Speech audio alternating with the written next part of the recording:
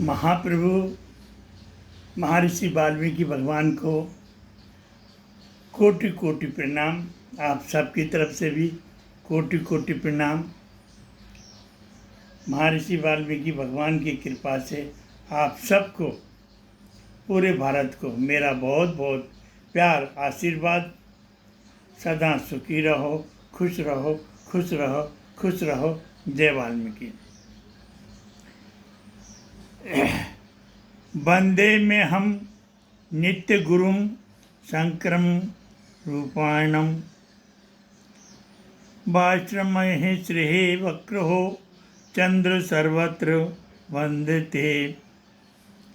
बंदहु गुरुपद कंज कृपा सिंधु नर रूप हरि महामोहितम पुंज जासु बचन रवि कर। बंदहु गुरुपद पंद बंदहु गुरुपद पदम परागम सुरति सुवास सरस अनुरागा। ये 2025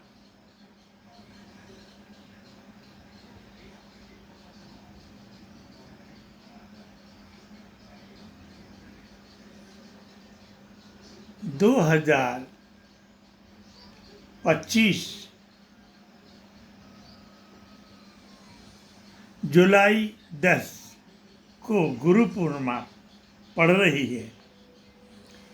इस गुरु पूर्णिमा के उपलक्ष्य में गुरु क्या होता है और गुरु को अगर हमने बना लिया और गुरु को वैसा नहीं माना, नहीं समझा, तो हमारा सुधार कहाँ होगा। स्कूल में एडमिशन ले लिया और स्कूल में हमने पढ़ाई की नहीं, तो क्या लाभ होगा उसका। वैसे ही गुरु बना लेना और गुरु को इस प्रकार से नहीं मानना, वो कहीं तक सही नहीं है, गलत है। और गुरु लोग समझा नहीं रहे हैं, बस जैसी दाल रोटी उनकी चल रही है चला रहे हैं। हमें दाल रोटी के चक्कर में नहीं पड़ना चाहिए। हमारे भक्तों को, समाज को सही मार्गदर्शन दें, सही मार्गदर्शन दें। ये संतों का, भक्तों का, गुरुओं का कर्तव्य है। बंदहु गुरु पदे पदम परागा सुरति सुवासे सरस अनुराग। श्री तुलसीदास जी रामचरितमानस के आरंभ में संस्कृत में श्लोक में जिन 9 वंदनियों की वंदना को गाई है, उनमें 4 के नाम 1 वाणी, 2 विनायक, 3 भवानी, 4 तो ऊपर है और 4 के नाम 1 कपीश्वरम तथा 3 सीता और 4 राम मुख वेशी हरिम। बीच के श्लोक में इनके मध्य में श्री गुरु देव की वंदना रखी गई है। यह बात, यह भाव को सूचित करती है कि श्री गुरुदेव की ही कृपा के द्वारा बुद्धि में वंदना करने की स्फूर्ण शक्ति पहुंच रही है। श्री गुरु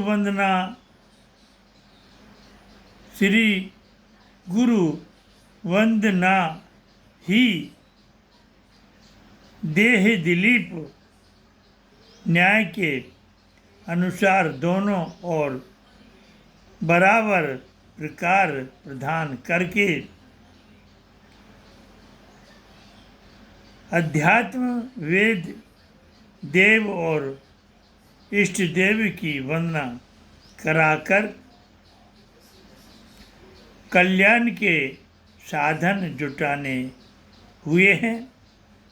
वे देखिए कि श्री गुरु तत्व की महत्ता कितनी ऊंची है।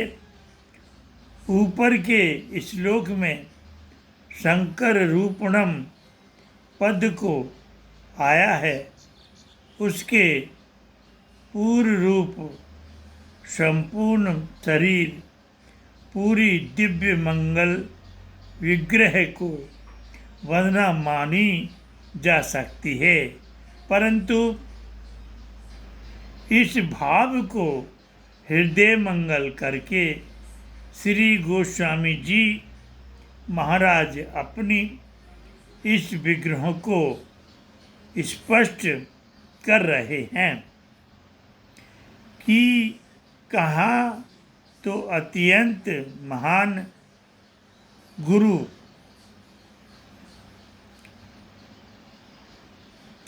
गोस्वामी जी, फिर से सुना रहा मैं, गोस्वामी जी महाराज अपनी इस निष्ठा को स्पष्ट कर रहे हैं कि कहाँ तो अत्यंत महान गुरु तत्व और कहाँ मैं इस प्रकार से दीनहीन प्राणी मेरा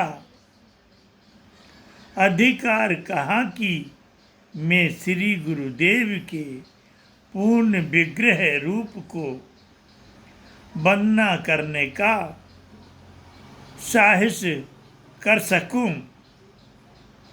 अतएव उन्होंने पुनः सोटे में अपनी अभिलाषा प्रकट की कि बंधहु गुरुपद कंज, अर्थात मैं समस्त रूप की वंदना करने के योग अपने को न मानकर केवल श्री गुरुदेव जी के पद कमल की ही वंदना कर रहा हूँ, परंतु पद कमल की भी महिमा को अपार है। उस चरण की मैं वंदना करने का अधिकार मुझे कैसे हो सकता है। उस चरण की भी वंदना करने का अधिकार मुझे कैसे हो सकता है। अतः चौपाई कहती है, चौपाई में उन्होंने यह निर्धारित किया है कि बंधहु गुरु पद परागा, बंधहु गुरु पद परम परागा, अर्थात श्री गुरुदेव के चरण कमल की भी वंदना करने का अधिकार मुझे नहीं है। इतने निर्मल मन से गोस्वामी जी ने गुरु जी की वंदना को कह रहे हैं और हम कुछ समझ ही नहीं रहे।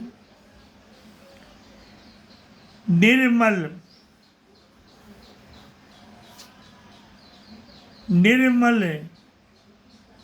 निभाप दिव्य कोमल चरण कमलों की भी ध्यान में अपने पापी कलिश अंतकरण से स्पर्श कैसे कलगुती करूं,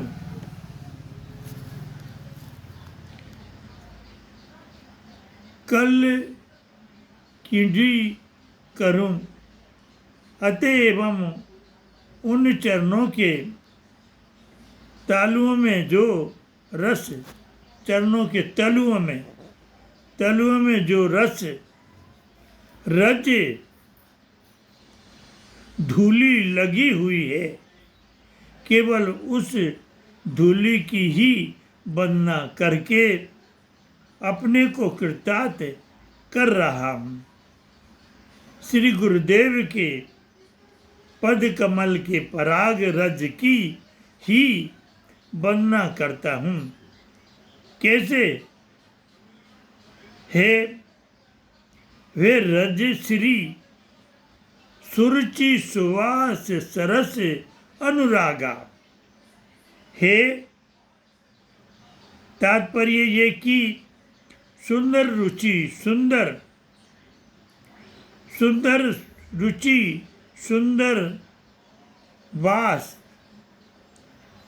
गंध अर्थात सुंदर यश और अनुराग अर्थात भागवत प्रेम को रस करने वाली, बढ़ाने वाली है। यहाँ पर सुरुचि, सुवास और अनुराग ये तीनों शब्द कर्मस्य मुक्ति, भुक्ति और भाग्यवती, इन तीनों परम अर्धेय सूचित कर रही है। सुरुचि वही उत्तम कही जाती है जो परमार्थ हो, जो अपने मुख अर्थ को सिद्ध करे। उन पवित्र कामे कहा है, विनय पत्रिका में कहा है। मुख्य रुचि होते बस वे की पुररावरे, मुख्य रुचि होते बस वे की पुररावरे। राम तही रुचिक काम दिगद घेरे।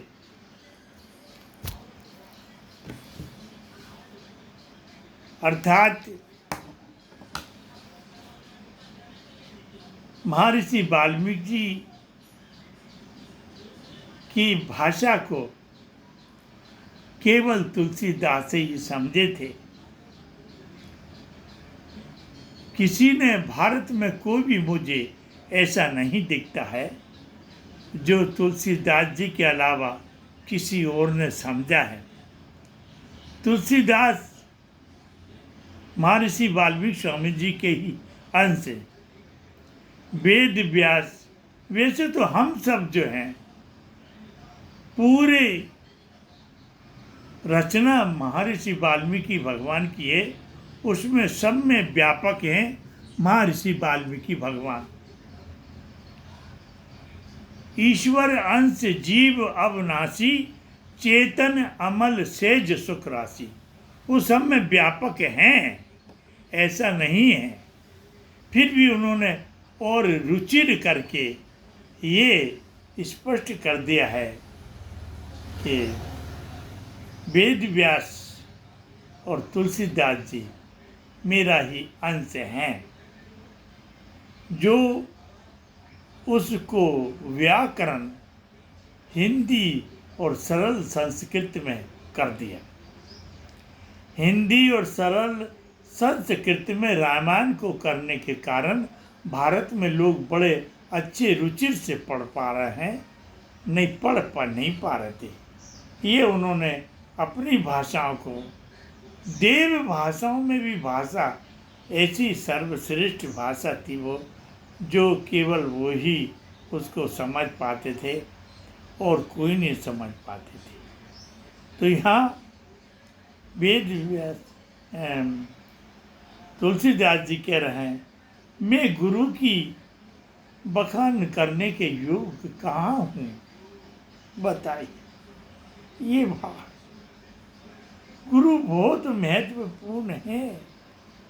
गुरु की मैं कैसे महिमा कर पाता हूँ, कहाँ तक सही और कहाँ तक गलत मैं कैसे कर सकता हूँ। मैं तो केवल जो है बस उसी को दर्शाने की कोशिश कर रहा हूँ। फिर भी उन्होंने कहा विनम्रता से कि मैं तो उनके चरणों की भी वंदना करूँगा। फिर कह रहे हैं, मैं चरणों की वंदना करने के लायक भी कहाँ हूँ, मेरे में कहाँ सामर्थ्य है जो गुरु के चरणों की वंदना कर सकता। फिर उन्होंने अपने मन को कहा कि मैं उनके चरणों की तलुओं में जो रज लगी हुई है मैं उसकी वंदना करूँगा। पर फिर भी कह रहा है, मैं उसकी वंदना के लायक भी कहाँ हूँ, मेरी कहाँ योग्यता है, बताइए। ऐसे तुलसीदास जी जो है अपने गुरु के बारे में इतनी कर रहे हैं, और हम मानव जीवन उस शब्द को समझने की कोशिश नहीं कर रहे हैं। गुरु कितनी बड़ी हस्ती है, गुरु कितना महान है, गुरु सबको पार लगाता है। एक मास्टर जो है एक बच्चे को 8वीं तक पढ़ा करके 10वीं तक पढ़ा करके वो रिटायर हो जाता है वहाँ से, और वो बच्चा आगे बढ़ जाता है, और वो बच्चा आगे बढ़ के फिर पढ़ता है, और पढ़ने के बाद में वो IAS अफसर बन जाता है, कलेक्टर बन जाता है, और वो मास्टर वहीं का वहीं रह जाता है। जो जहाँ थे वो वहीं के वहीं रह जाते सर, और वो बच्चा आगे निकल जाता है। ऐसे ही गुरु भी जो हैं परमात्मा से मिलाने के लिए उन्हें आगे बढ़ाते रहते हैं और खुद अपनी चिंता नहीं करते हैं। वैसे ही तुलसी ने भी दर्शाया, इसी प्रकार से आगे बढ़ाते चले जाते हैं, और जो आगे बढ़ जाएगा वही तो मुक्ति पाएगा, वही तो मुक्त होगा। बाकी निकालने वाले वो उद्धार में लगे कि चलो ये निकले, हम कोई बात नहीं, ये तो तर्जा, ये तो तर्जा, ये तो तर्जा। गुरु, इसलिए गुरु जो है ईश्वर तक मिलाता है, और एक मास्टर जो है IAS तक रहता है, वो IAS तक बना करके नहीं फुर्सत हो जाता है। इस प्रकार की बातों को समझना, और लोग पड़ोस में रह कर के पड़ोसी की इज्जत तक नहीं कर पाते हैं, इतनी तो मूर्खता भरी हुई है। जानवरों के पीछे दौड़ते रहते हैं और जानवर बन के ही रह जाते हैं। गुरु के पीछे दौड़ें तो ईश्वर से मिल जाए, लेकिन जानवर के पीछे दौड़ दौड़ के जानवर ही रह जाते हैं, और फिर उन्हें लक 84 में जाना पड़ता है। फिर लक 84 में जाके अपने जीवन का सत्यानाश करते हैं। मैं फिर कल इस तरह की बात आपसे करूँगा। आप सबको मेरा कोटि कोटि प्रणाम हो, सदा सुखी रहो। मैं परमहंस महामंडलेश्वर संत मिट्ठूराम महाराज आपको प्रणाम करता हूँ। जय सिया राम। 7974464570 और आपकी जय हो। जय वाल्मीकि।